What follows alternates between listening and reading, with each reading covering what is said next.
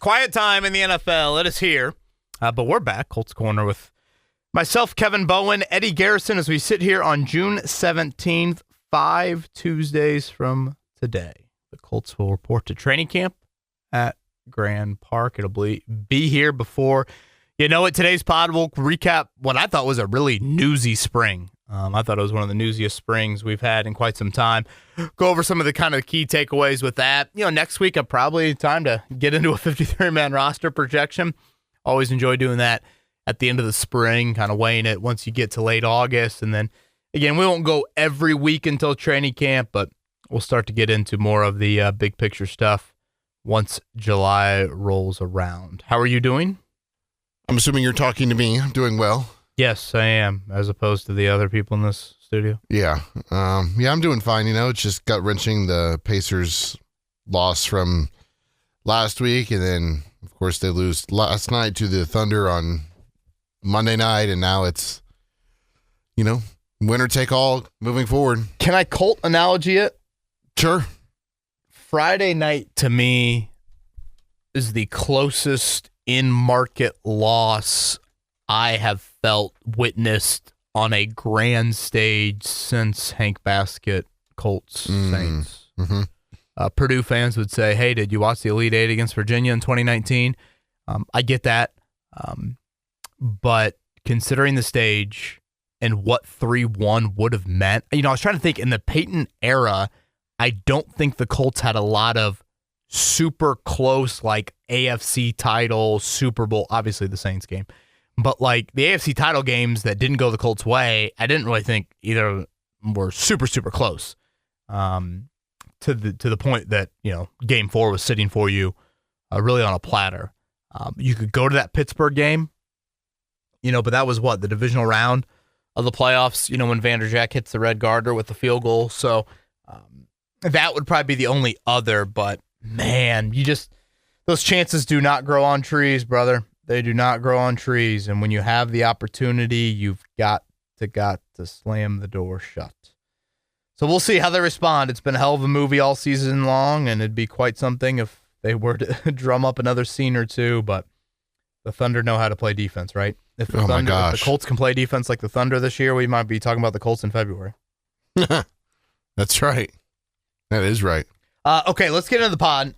Again, just kind of going over some offseason takeaways. And, you know, Eddie, just kind of whatever stands out to you, feel free to throw my way. We can kind of bounce a few off of them. I got an article up on the website, 10 takeaways from the offseason program, and really on and off the field.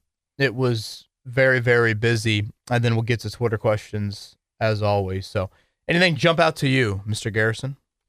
The fact that you have a full head of hair again. Well, yeah, you got to go back. That should be number one on the offseason program. You got to go back to a couple. Takeaway, right? Off-season programs. Let's just start with number one. Obviously, the Anthony Richardson major setback. I think that's where we have to start. Yeah, I mean, it goes without saying. The domino effect is, you know, I view Daniel Jones now as quarterback one. Yeah, I mean, 5 Tuesdays from now, Eddie, you know, when they do report to Grand Park, that'll be the topic. Is he throwing again?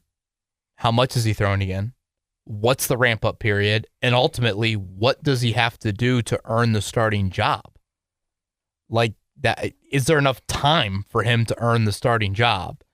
And again, Shane Steichen, you know, is not going to give away that answer, but I think right now Shane Steichen is very content with Daniel Jones under center week 1 against the Dolphins. Mm-hmm. I think he's very content with it. And the more those reps continue to grow towards number 17 and not to number 5, then that plays into it. You know, there's a little bit of like, okay, you know, veteran quarterback, you know, obviously as we sit here right now, we didn't see, you know, anything Desmond Ridder staying here. You know, offseason moves are very quiet, usually this time of year. You occasionally get a signing of note or two right before the start of training camp occurs. But, you know, again, that'll be something down the road to continue to keep an eye on. But it's just awful. I'd argue there might not be a player in the NFL that needs reps more than Richardson. And you took, you know, away, 85%, 90% of his team reps in the offseason. I mean, that is, I don't use this word lightly, Eddie. I think that's kind of crippling. Mm-hmm. It's crippling to him as a developmental player. It's crippling to the coaching staff and trying to earn trust. And certainly for the position battle itself. The only positive I see in all of it is Daniel Jones is getting more reps. So maybe Daniel Jones becomes a better quarterback. That's the only positive in all of it that I see. But obviously, when you have the news cycle breakout like it did quarterback-wise, it is the number one storyline exiting the spring. Yeah, so you kind of covered two things there with the Richardson injury taking a backseat and Daniel Jones out to the early lead. So I think the next one I want to go with is just how the rookie tight end Tyler Warren has impressed you and how he's fit in so far. Yeah, I've been, I guess there's an element of like you're expected for him to look like that, but you still need to see it. You know, it's, I mean, when you're as decorative a tight end as he was, one of the greatest tight end seasons we've seen in college football, I didn't think there would be growing pains. But again, you're just curious, like, does he do it with a variety of quarterbacks? Well, yeah, the handful of times we saw him out there, he definitely did that. Does he do it at different levels of the field?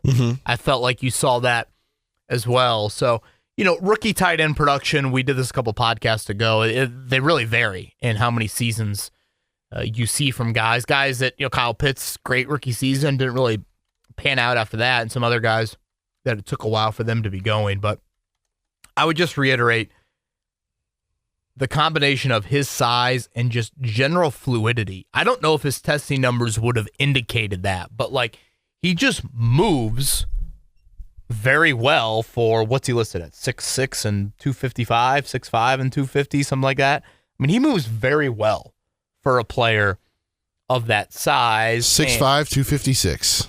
Yeah, and he moves. I mean, he moves great, and the ball, the body control and the hands, all of that as well. And look, when you make that pick at 14, you need instant impact. I mean, you need quick production from him. You need it not only for the sake of the current state of your franchise, but that's kind of also what you're saying by taking a player that you wouldn't say has immense positional value, and you take him that early in the draft as well. So I thought Warren, and you know, Eddie, let's slide over to the other rookie that I think caught the coaching staff's eyes, and that was Justin Wally. You know, I think I said to you last week, it's not often you hear Shane Steichen single out a player, and he was asked just generally about Lou Anarumo and mentioned Wally, and you know, they've been struck by the daily playmaking that he has brought. And now what does that look like? I don't know what they're going to do at third corner. I think Jalen Jones has earned to keep that job. That's kind of my general thought, but you can probably hear a little hesitancy in my voice. I'm like, well, I mean, has Wally like earned a competition here coming up in training camp? You know, to me, Juju Brents, he's just got to string multiple weeks of practice together before we kind of view him in that light. But that will be something I think just on my mind a little bit there at Grand Park. It's, you know, how much did Wally being available and productive with his playmaking, how much of that sent a message to the coaching staff, whereas Jones, you know, wasn't out there the final couple weeks of camp. Juju, of course, has missed time and even missed a little bit of time this spring. But yeah, rookie-wise, you know, Warren and then Wally for sure. I don't know if we've fully delved into this. That is a word, right? I didn't make that up. No, that was great. That sounded good. Okay. Yeah. Is there a receiver that benefits from Daniel Jones starting more so than Anthony Richardson? Is it Josh Downs? Is it Tyler Warren? Yeah, that's a good question. Yeah, those are probably the two that immediately come to mind. You know, even Pittman's more of an underneath guy. You know, I thought Jones did a nice job in giving Pierce chances down the field on a couple of different occasions in the spring and him making those plays. Now, again, a deep ball, you know, what does that look like when you get in game settings? It's probably been one of Jones's bigger knocks on him. But yeah, I would say those guys would be the ones that, you know, the option routes, the little 3rd and 4, can you put a foot in the ground? And, you know, timing has got to be paramount. I'd say one of the better plays of camp of spring that we saw from Jones was a really anticipatory throw to Michael Pittman Jr. to cap a 2-minute drive. Pittman was not open in the end zone.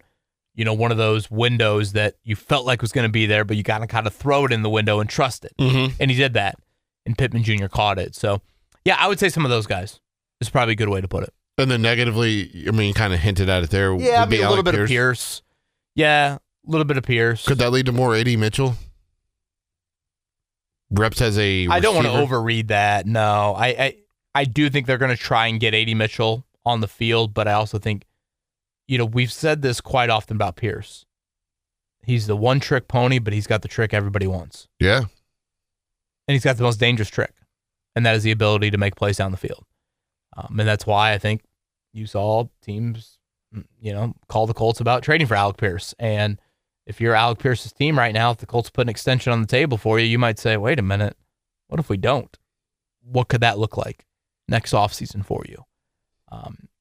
So I think that is something that is really, really true with Pierce. So, I try to remind myself in watching, and again, I throw in the caveat, every podcast we do, insert the date. It's June 17th. Mm-hmm. It's May 17th. But I would say Jones, it's kind of in the Gardner Minshew, Matt Ryan-y efficiency rhythm. Mm-hmm. Now, again, Matt Ryan didn't turn out at all. But, the Colts would sit here and say, do you want to go over the Giants roster? Do you want to see what he had to work with? Mm-hmm. That would be their devil's advocate approach to so far, the bust of a career Daniel Jones has had. Something that's not on your list that I want to touch on really quick before we get back to your 10 takeaways from the offseason program is just the fact that there's a new defensive coordinator, Lou Anarumo. Is there anything different that you've been able to see so far through OTAs and mandatory minicamp that was different from Gus Bradley? DeForest Buckner's early comment of it stood out to me on the first install. Things were about to be different, and what the multiplicity and just the diversity of their approach. Now, I think to throw something that I did put on that list, Eddie, in terms of Lou, again, not having Zaire Franklin and Jalen Carlisle on the field. It's very rare to not have a full starting unit in the entire spring, and neither of them were out there. And those are two guys that I think if you were going to go play, week 1 on September 7th against the Dolphins, you'd be asking them to play every snap. It's not like they're rotational guys. So I do think that aspect from Anarumo is something to keep an eye on. I would say for the most part, there were probably 5-ish defensive starters always out. Again, Jalen Jones, I mentioned, was out a lot. Javarius Ward was out a decent amount. Kwity Paye was out a decent amount as well. So, that full install, it's really vital not to have many growing pains. And, I'll continue to kind of grow here, or to go here, I should say, as we get closer to September 7th. We're less than 3 months away. I cannot reiterate enough, Eddie, how critical the first 2 games on the schedule are. If you are a believer that we're going to have the same 4 division winners as we had last year, which again, these are the 4 teams that have kind of separated themselves in this conference of Buffalo, of Baltimore, of Houston, of Kansas City, that means you're a wild card team at best. Well, if you're a wild card team, Miami and Denver are going to be right there with you. Mm-hmm. And the fact that you get those 2 teams in your own building to start the season is big, very big. And we might not know the magnitude of it on September 7th, on September 14th, when those games are. But come December 7th, come December 14th, we might know it. Because last year you played Denver when? December 15th or whenever that game was, and it was the game of the year. And we saw when that didn't go your way, how it impacted the rest of the season. So the early growing pains from this defense, if you have to feel it, you're putting yourself behind an early 8 ball. Another team I would throw into that mix, KB, that I don't think a lot of people are going to talk about just because they've been so bad, and it's a new coach, new quarterback, new pretty much everything. The Las Vegas Raiders. I think they're a team that could be really. I think they could be one of those. Gino teams, and Peter. Yeah, I think one of those. They're one of those teams that sneak into the wild card, and they're like, wait, they're in the playoffs. Every year, there's one of those teams, and I think they could be that team this year. Interesting. Okay. I'll believe it when I see it. Yeah, I know. Don't the Colts play them this year? They do. That's why I threw that in there. Okay. All right. They play them early in the season, like week 5, maybe week 6, early in that area.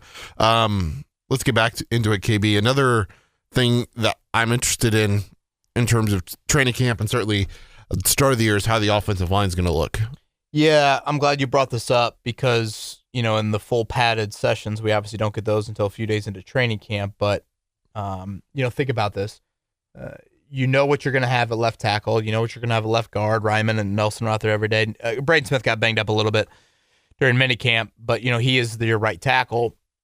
Gonzalez, it doesn't look like any competition for him at right guard, any serious competition for him at right guard. And remember, he didn't play a lot of guard in college, had the foot injury his final year.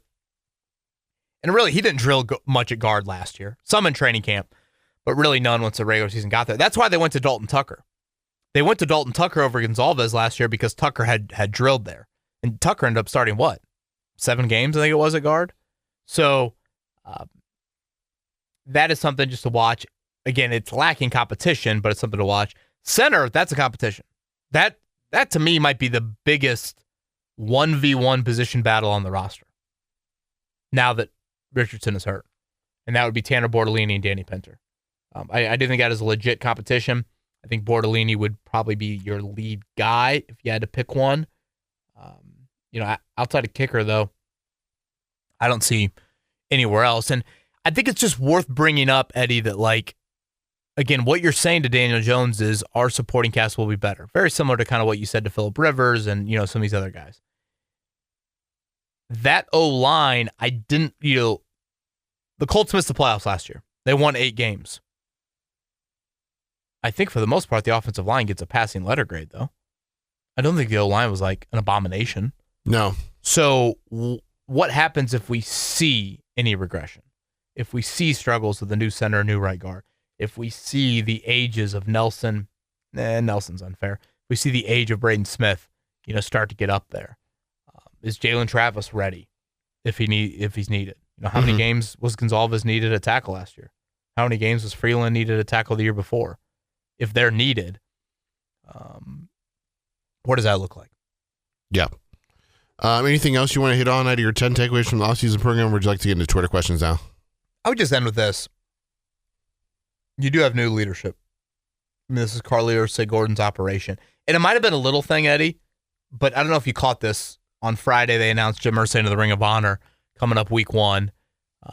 Press release to announce that. Mm-hmm. And, typically in years past, when the Colts would announce Ring of Honor people, you would have in there a quote from Jim Irsay. Mm-hmm. And this year, the quote was from Carly Ursay-Gordon. Mm-hmm. And so I think I've kind of said it, or certainly tried to lead people down this pathway of hey, if you're curious how the daughters will divvy out responsibilities, expect Carly Ursay-Gordon to be the voice. Not a very active voice, not a very front-facing voice, not a very public voice, but the voice. And I think that example, that is our first kind of real example of that. Of hey, it might be a little thing to some people, but when you get these sorts of announcements, if we're going to hear from ownership, it's probably going to be her name attached to it. So I know we got some Twitter questions, I believe, about them, but just wanted to point that out there as well. As obviously you had a lot off the field that happened here in the month of May. 4 Twitter questions to get into. We will start with Wake Spike. What will it take for Chris Ballard and or Shane Steichen to get fired before the season is over? Also, what are the odds that this actually happens? Boy, that's a hell of a way to start. It almost feels like I'm watching the end of Game 4 again. Pretty much a nice segue from... What will it take to get them fired before the season is over? Well, I think anything now, decision-making, debates, Eddie, we're dealing with an unknown. Mm-hmm. We don't know. It's a new athletic director in town. It's the new, whatever. It's a new boss. It's a new president in town. So we have no past precedent to go off of. Get fired in season? I want to think about this question because I love to give every question we have legit thought. There is part of me that's if Carly felt like it was trending in this direction, would she be quicker on pulling that plug during the season to give her a head start at the first big hire of her life? Yeah. That is super conspiracy hat. Let me focus on that. But again, I want to make sure that I try to give the question a legit thought there. I do think there's an element from Carly of early on, she'll feel the need to put her stamp on it.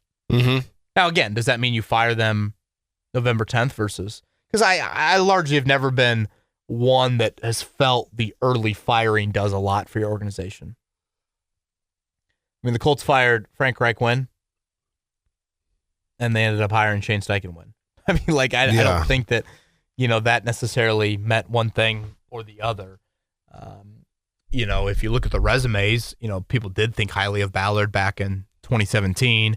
You fired Grigson, 3 weeks into January? That was kind of late, remember? Yeah. And you got, again, a person in Ballard that I think people thought highly of. So, what would it take? I don't know, 2-10, 3-30, something along those lines for you to pull the plug in season. But I think anytime we get these questions moving forward, it has just meant that we don't know, given the past precedent. Alex is next with another hypothetical. Let's say Anthony Richardson, for whatever the reason, doesn't pan out. Daniel Jones is the Colts starter. Chris Ballard would be fired, right? Even if we make the postseason or win the division, do you believe he should be gone? I personally think he's tied to AR, but I'm just tired of the lack of results in him miraculously surviving for so long and how he seems so comfortable for someone who hasn't won anything.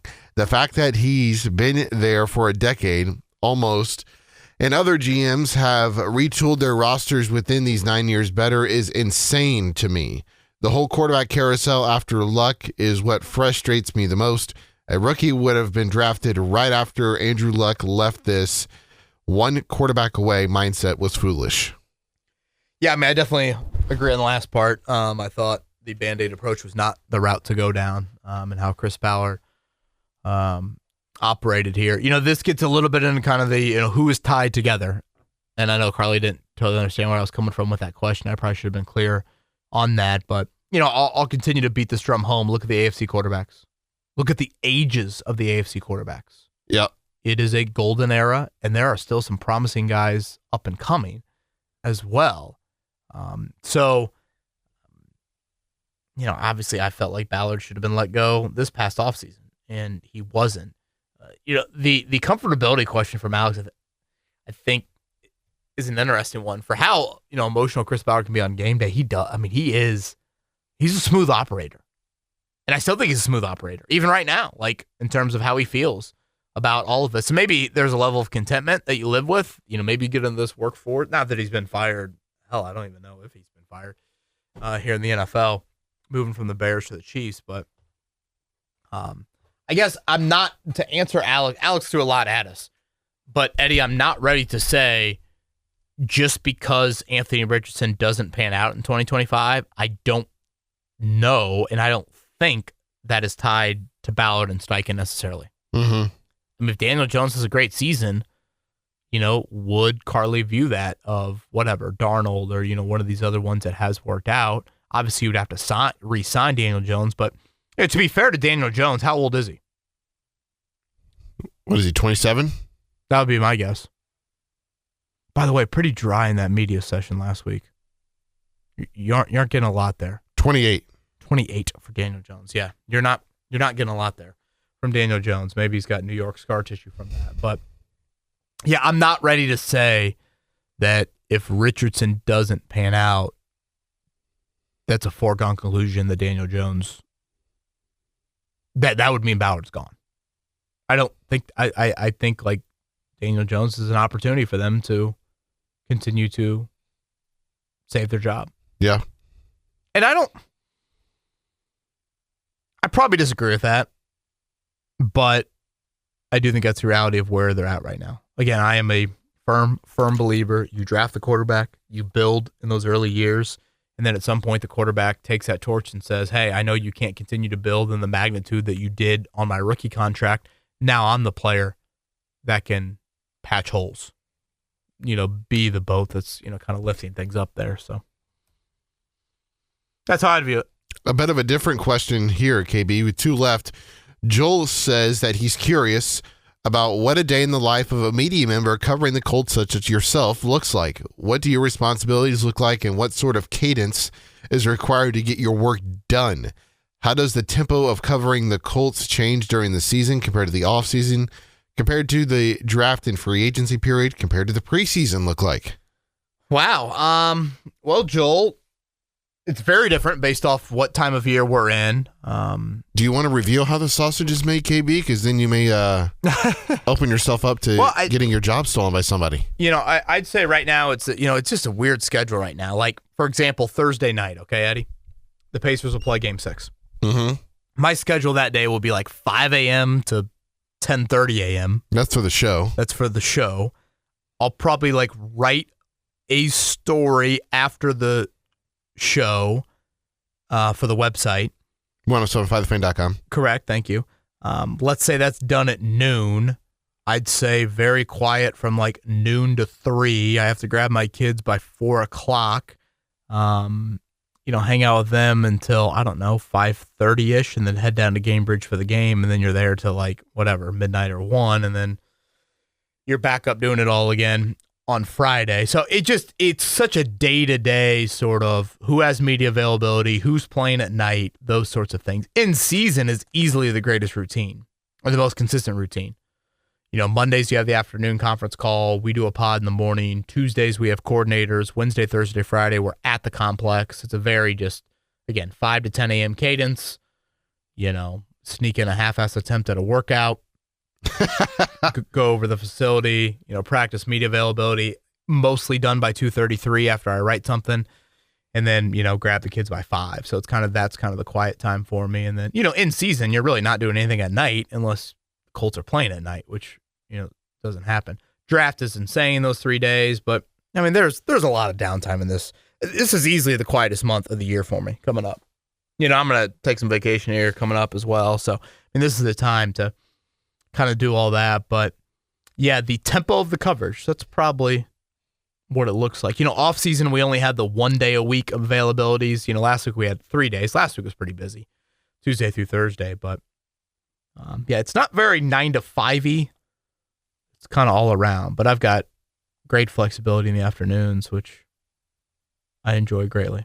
And shout out to my wonderful wife, because she has to deal with the monsters every morning and does an amazing job getting them out of bed, getting them ready for school. Much easier to pick them up than I think it would be to get them up and get them ready. You forgot about training camp. What's your training camp schedule look like? Well, we'll await the training camp schedule. We'll start there. But I would say this, Eddie. If it's the morning practices, it's great. Selfishly for me, because I can just do the show from Grand Park, walk right out to the practice field. And again, those practices typically, let's say they're over by 11. Let's say media lingers till noon. I probably write for a couple hours. Again, I'm out of there by 2-ish. It's those night practices that, create a little bit of a different schedule there. But I enjoy training camp because there is more of a consistent routine for the most part. Grand Park's about 20, 25 minutes north of where I live. So it's not the end of the world and how far it is. But yeah, that's what training camp looks like. And we'll await a training camp schedule here upcoming. I think you will see, a night practice, some afternoon. But hopefully it'll be mostly morning. Podcast will conclude with Jake's question. Semi-question for the pod / general curiosity. I don't watch basketball all that much. Very casual, unlike football and baseball. Oh, look at that. Baseball guy. But I know enough to know the absolute Cinderella and probable insane will be told for generations what they did this playoffs run that they have been on. Did Halliburton learn something from Steph during the Olympics gold medal run? How were they doing this? Explain for a casual in football terms if possible. Thank you and love the pod and everything you and Eddie do. That's a good one here. You said Jake? Yeah. Eddie, feel free to chime in. For those unfamiliar, Eddie not only produces all Pacer radio games, but he's also the pre- and post-game host of The Fever on our station that is 107.5 The Fan. So you live it, Eddie. As far as the Olympic impact, I did find, Ty had the joke after the Olympics of, it's a kid that doesn't show up for the group project and still gets an A.